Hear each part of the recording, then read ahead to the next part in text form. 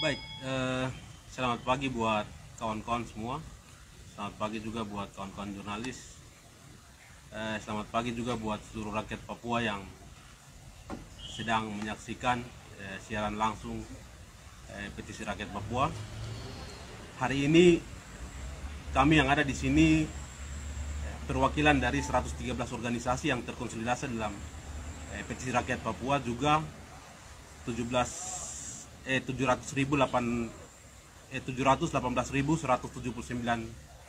tanda tangan petisi yang sudah dilakukan oleh seluruh rakyat Papua. Ingin menyampaikan beberapa pandangan terkait dengan hasil pertemuan nasional yang sudah kami lakukan, yang telah kami putuskan melalui rapat nasional dengan beberapa resolusi yang sudah kami putuskan akan kami sampaikan lewat konferensi pers yang disiarkan secara langsung. Untuk sebelum saya masuk langsung ke dia punya hasil resolusi, nanti saya akan kasih waktu ke beberapa perwakilan organisasi yang ada di sini untuk menyampaikan beberapa pandangan. Mungkin saya kasih waktu 2 menit untuk beberapa pimpinan organisasi yang ada di sini untuk menyampaikan pandangan atau sikap organisasi. Ya, mungkin saya langsung saja ke kawan dari kiri saya paling ujung, kawan Yohanes dari Grand. Oke, terima kasih. Pertama saya Christian.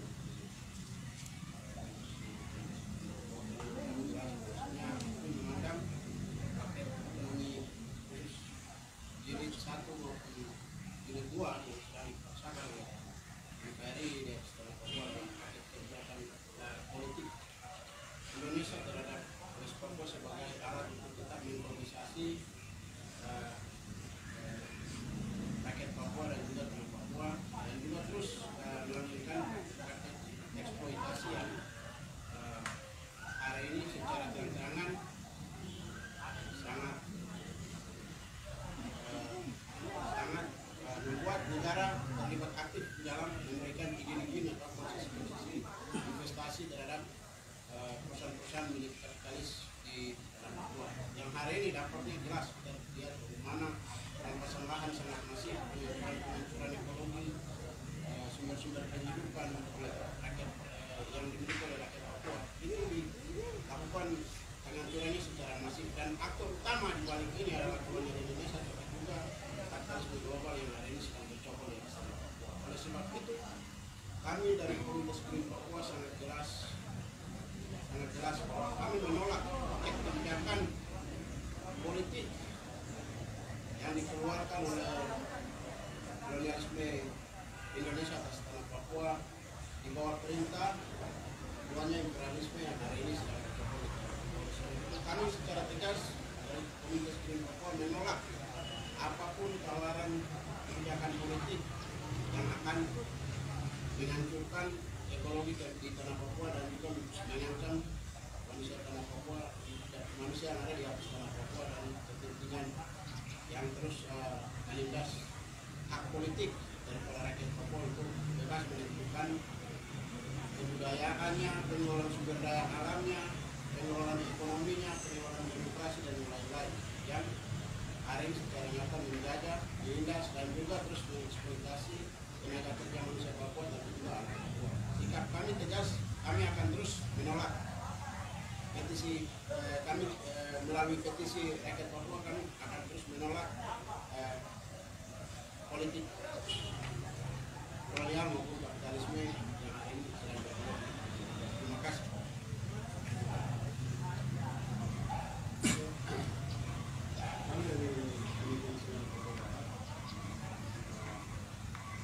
Kami menganggap bahwa Indonesia ada di atas tanah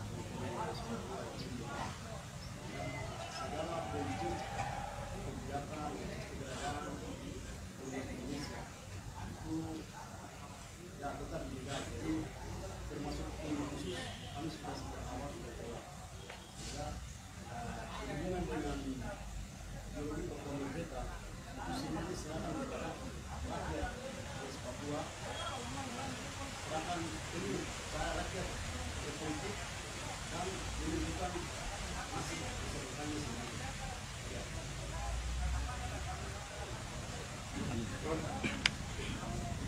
Baik, kami dari Persatuan Nasional Tadi, kami kembali menegaskan sikap bahwa Persatuan Nasional Tadi tetap berdiri bersama dengan aspirasi rakyat Papua. Rakyat Papua hari ini, rakyat Papua sudah sejak lama hanya menginginkan satu, menentukan nasibnya sendiri untuk bebas memberikan negara Papua. Oleh sebab itu, secara tegas kami bersepakat dengan 113 organisasi yang tergabung dalam Petisi Rakyat Papua menolak dengan tegas ini periode ketiga dalam kehidupan Rakyat Papua telah melakukan program mulai tahun 2006 dan dimotori oleh Rakyat Papua. Kemudian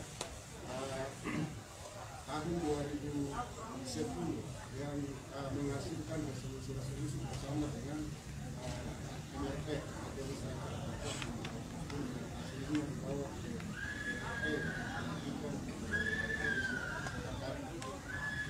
dan hari ini 113 organisasi yang tergabung dalam MRP kembali menugaskan penolakan.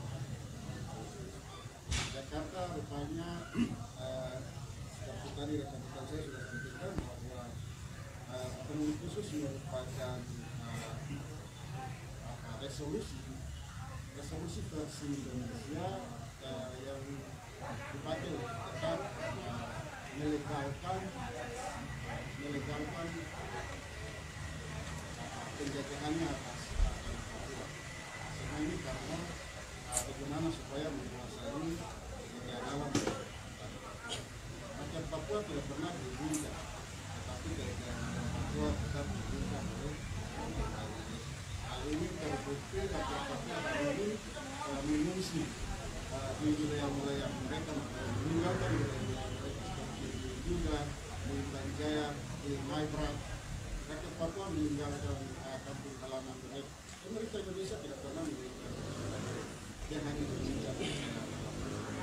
Oleh sebab itu secara tegas kami menolak segala bentuk kebijakan pemerintah Indonesia dan pemerintah Indonesia secara tegas kami mengatakan sudah lama kami sudah bilang bahwa pemerintah Indonesia adalah negara yang ilegal, mereka merampok, merampas, membunuh.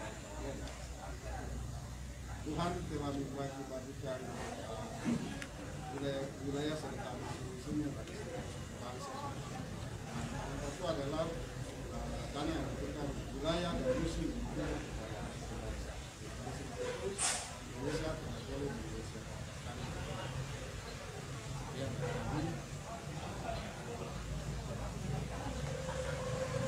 Kami di masyarakat adat independen kami menyatakan sikap bahwa Otsus adalah produk dari kepentingan imperialisme di tanah Papua melalui kaki tangannya kolonialisme Indonesia. Keberadaan Otsus di Papua membawa malapetaka untuk masyarakat adat Papua itu sendiri. Masyarakat adat Papua adalah korban dari kepentingan kolonialisme imperialisme di atas tanah Papua. Otsus jilid 1 dan Otsus jilid 2 yang sekarang melalui setiap dimenangkan oleh didorong secara paksa tanpa proses demokrasi yang masuk akal, itu telah dipaksa oleh kolonialisme Indonesia tanpa melibatkan rakyat Papua untuk mendorong dengan paksa meluluskan otonomi khusus. Kami melihat bahwa dengan didorongnya otonomi khusus, disahkan otonomi khusus secara paksa adalah kepentingan Indonesia untuk terus menanamkan kepentingan modal di atas tanah Papua. Oleh sebab itu, kami masyarakat adat independen yang telah bergabung dalam petisi rakyat Papua akan terus mendorong rakyat Papua untuk terus melakukan perlawanan menolak otonomi khusus. Sekian, terima kasih. Ya, saya mungkin 3 hal yang mau tanyakan, tambahkan. Pertama itu Otsus itu seperti awan di gunung. Jadi rakyat Papua tidak merasakan karena dia hanya hinggap di gunung. Jadi rakyat Papua melalui otonomi khusus, rakyat Papua hanya jadi objek, bukan subjek. Itu pertama. Yang kedua itu bicara otonomi khusus itu persoalan uang dan nama. Esensinya tidak dirasakan. Terus yang berikut, yang ketiga itu adalah Otsus itu adalah nasionalisme Jakarta terus memaksakan orang Papua menerima. Hanya kepentingan oligarki dan kapitalis, tidak ada keuntungan bagi rakyat Papua. Jadi sekali lagi, semua kebijakan paket otonomi khusus sampai dengan saat ini jilid kedua disepakati secara sepihak, itu hanya orang Papua jadi objek, bukan jadi subjek. Terbukti terakhir melalui otonomi khusus jilid kedua, semua kebijakan tidak diberikan kepada pemerintah daerah. Artinya secara tidak langsung pemerintahan sipil di Papua tidak ada. Pemerintah Provinsi Papua dan Papua Barat sudah diambil alih oleh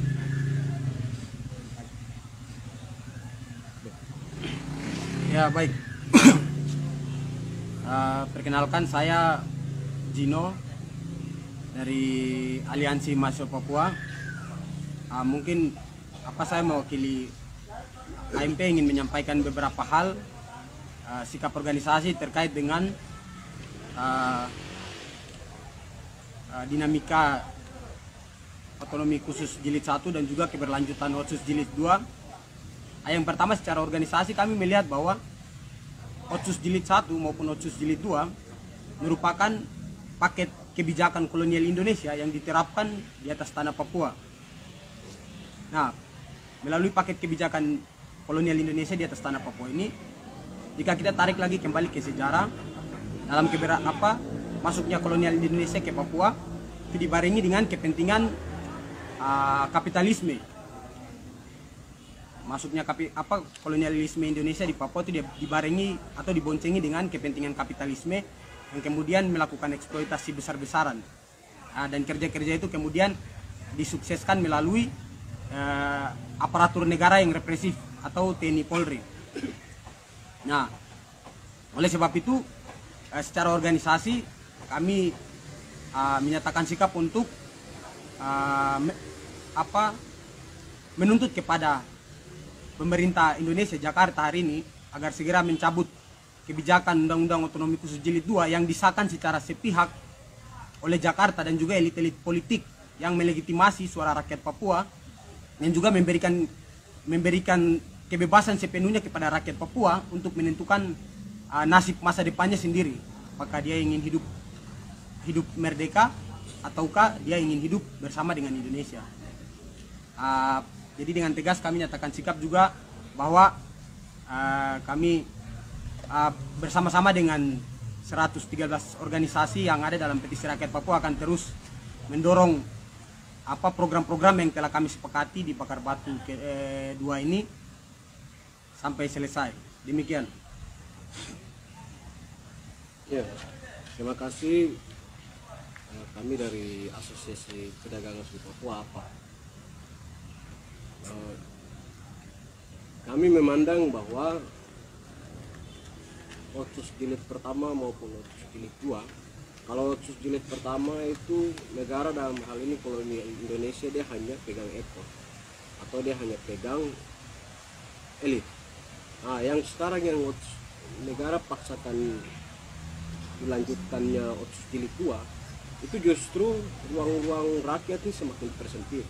Semua kebijakan daerah, pemerintah bahkan sampai ke sektor-sektor ekonomi, sektor-sektor pendidikan, pertanian, perkebunan, UMKM, dan lain-lain, semua sekarang melalui Jakarta. Kami melihat bahwa ruang-ruang ini atau praktek-praktek penjajahan, praktek-praktek kolonisasi terhadap rakyat Papua terutama mama pasar, sektor ekonomi wirausaha, semuanya ditutup oleh negara di bawah pemberlakuan undang-undang otsus yang dipaksakan oleh Jakarta pada 2021 kemarin November. Nah, melihat situasi ini, kami organisasi juga berfront di dalam petisi rakyat Papua menolak dengan tegas keberlanjutan otsus. Karena dalam prosesnya otsus dipaksakan tanpa melibatkan rakyat Papua, tanpa melibatkan petisi rakyat Papua yang sudah sampai 700.000 lebih, aksi-aksi protes, gelombang-gelombang protes seluruh tanah Papua, bahkan elit-elit Papua juga tidak didengar. Kan suara-suara rakyat Papua juga tidak didengar, suara penolakan terhadap keberlanjutan otsus jilid 2. Kami secara organisasi kami tolak dengan tegas segera cabut otsus jilid 2 yang pada akhirnya akan kembali ke sama seperti otsus jilid pertama, akan terus mengorbankan rakyat dan hanya untuk kepentingan kapitalisme atau eksploitasi sumber daya alam di dalam Papua. Terima kasih. Baik, terima kasih. Perkenalkan, saya Christian Kobak, perwakilan dari Forum Independen Mahasiswa Papua atau dikenal dengan PUBP. Baik, terkait dengan ini kami secara organisasi melihat bahwa otsus ini dijadikan sebagai barter politik antara elit lokal sama Jakarta. Nah, karena kehadiran otsus di tanah Papua juga menciptakan kebijakan yang tidak pro terhadap rakyat Papua itu sendiri. Nah, kemudian keberlangsungan kolonialisme, kapitalisme telah membawa dampak yang buruk bagi tanah air dan manusia Papua. Nah, sehingga kami PUBP bersepakat dan berkomitmen untuk mendorong aspirasi rakyat Papua hingga merebut tanah air kembali. Demikian, terima kasih.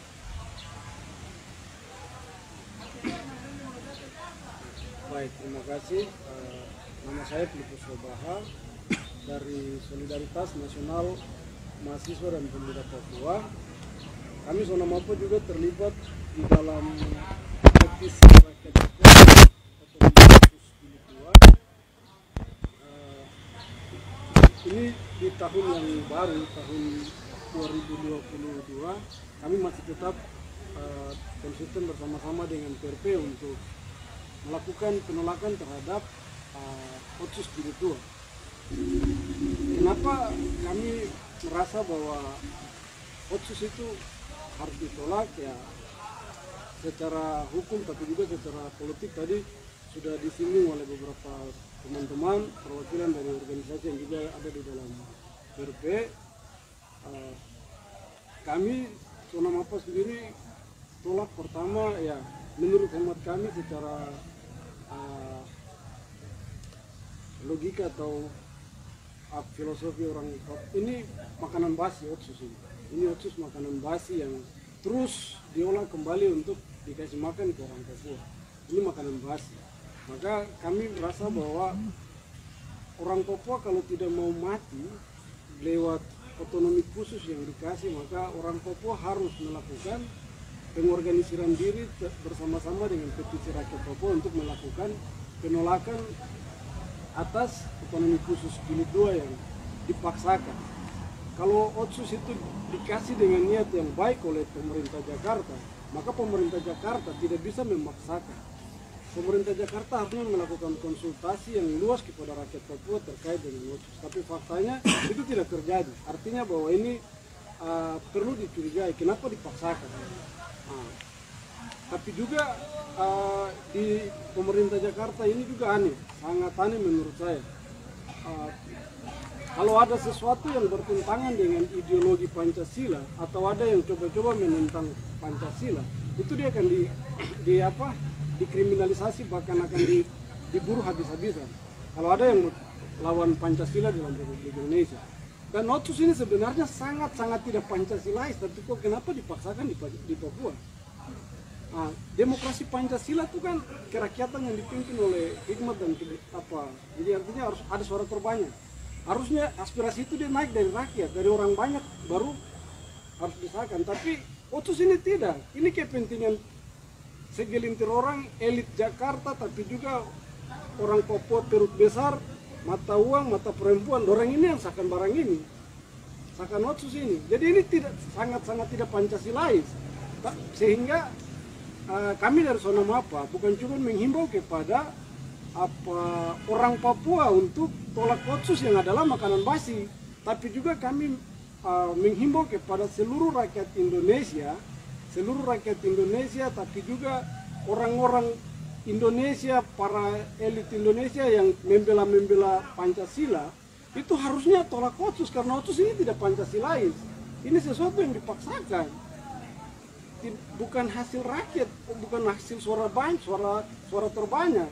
Ini hasil kompromi perselingkuhan antara orang Papua, elit Papua dengan elit Jakarta untuk dapatkan anak haram yang kemudian orang Papua repot-repot kasih hidup. Wah, ini gila. Jadi kami dari Solidaritas Nasional Mahasiswa Papua, kami masih tetap konsisten dengan petisi rakyat Papua tolak Otsus Jilid 2 untuk bukan cuma tolak, bukan kembalikan kepada Jakarta, tapi atas nama rakyat Papua, atas nama tulang belulang orang Papua, atas nama Tuhan Allah pencipta langit dan bumi, kami kutuk otonomi khusus di atas tanah Papua. Ada elit Papua yang coba-coba jamu Otsus untuk orang Papua, dia akan mati 7 turunan. Dia turunan tidak akan dilindungi di atas tanah Papua, atau dia akan mati semua di atas tanah Papua. Begitu juga dengan pemerintah Jakarta.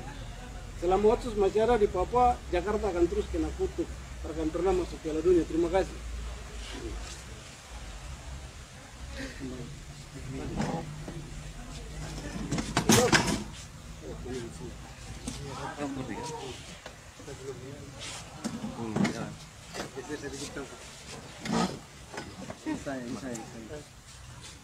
Ya, tadi secara garis besar saya kira kawan-kawan semua sudah bicara.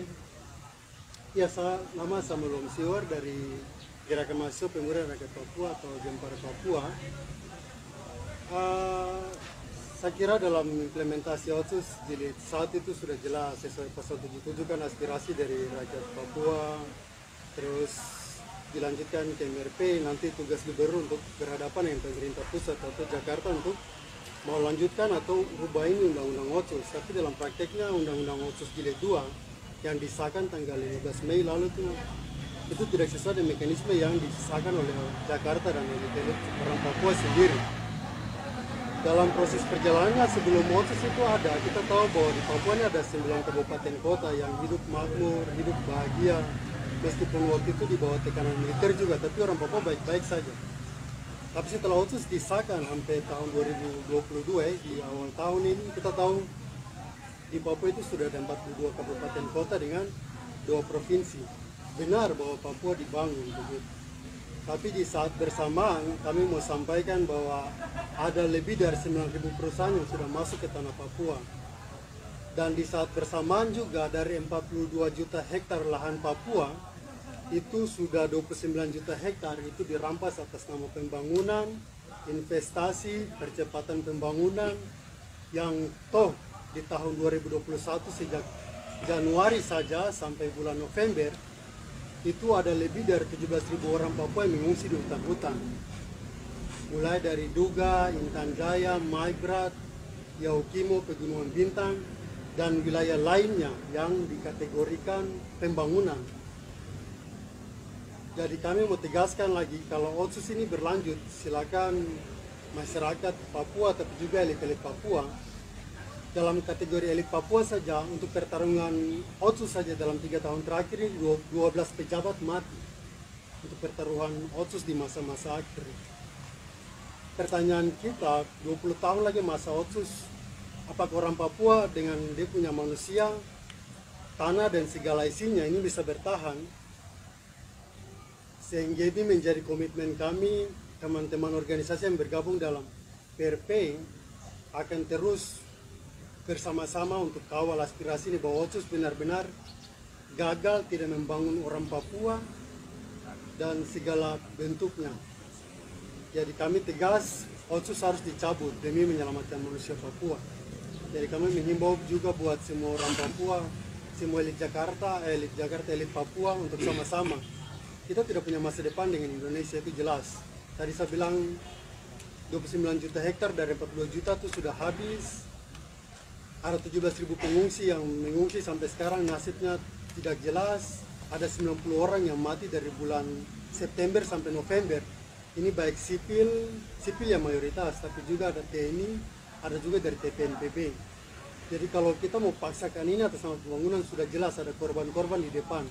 Dan kita akan menambah deretan pelanggaran HAM baru, ada deretan pelanggaran ekosida dan juga genosida untuk orang Papua.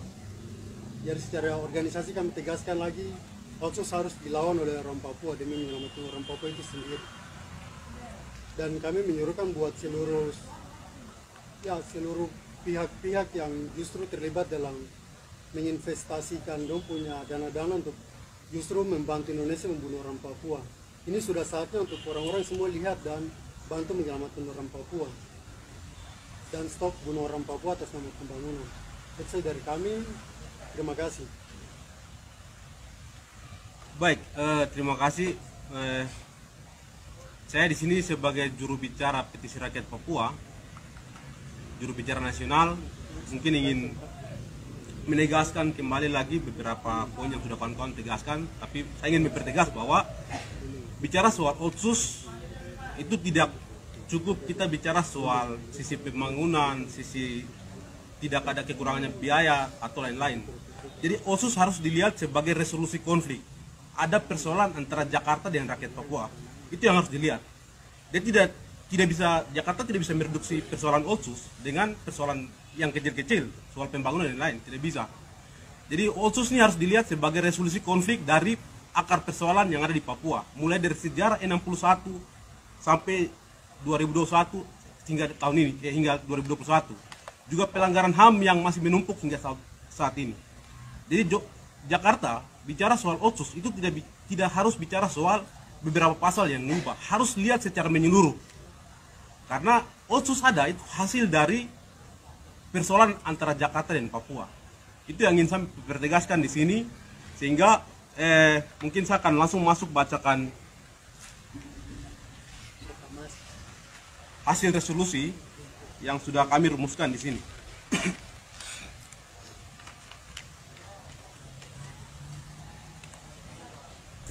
Pernyataan sikap Petisi Rakyat Papua cabut Otsus Jilid 2.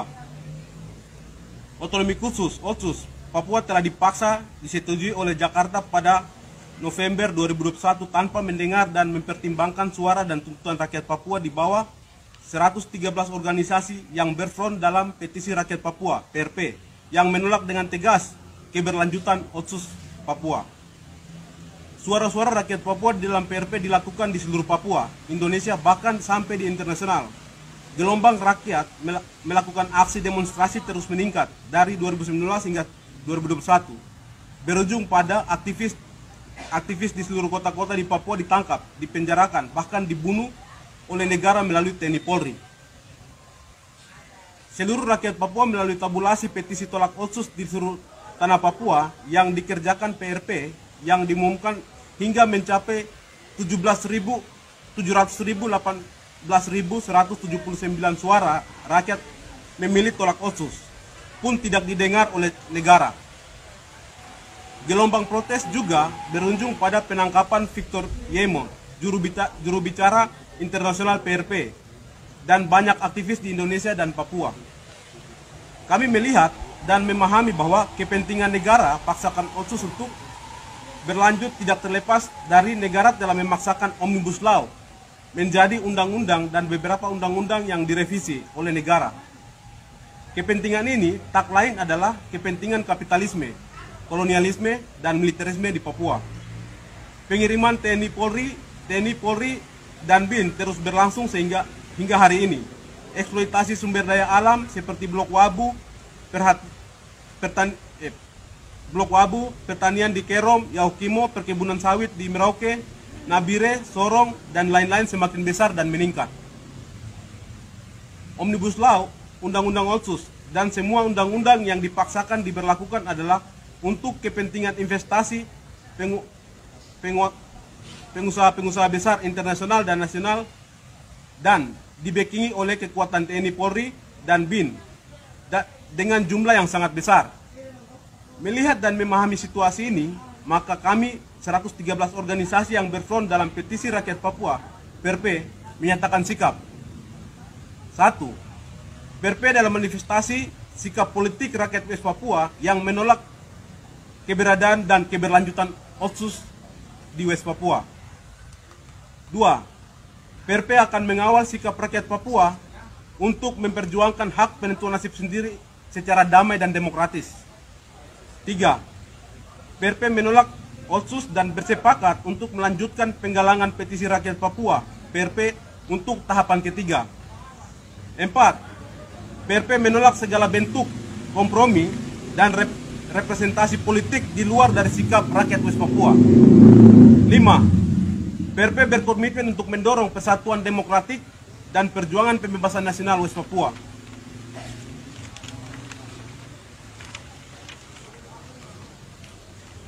6.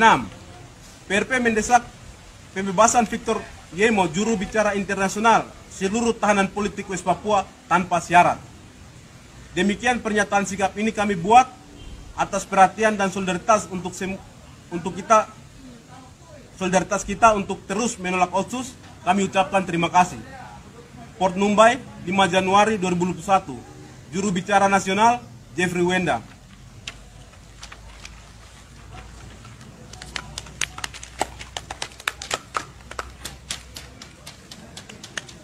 Cukup lah, ada yang mau tambah lagi? Oke, jadi satu hal lagi yang paling penting adalah Undang-Undang Otsus nomor 2 tahun 2021 Jakarta telah dengan secara sepihak telah mensahkan itu. Tapi kami petisi rakyat Papua akan terus melakukan konsolidasi di akar rumput dan mendorong penggalangan petisi sebagai bentuk perlawanan kami terhadap Jakarta.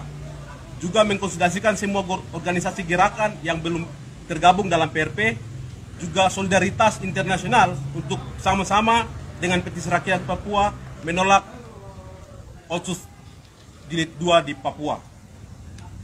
Mungkin itu sikap dari saya sebagai tambahan. Sekian dan terima kasih.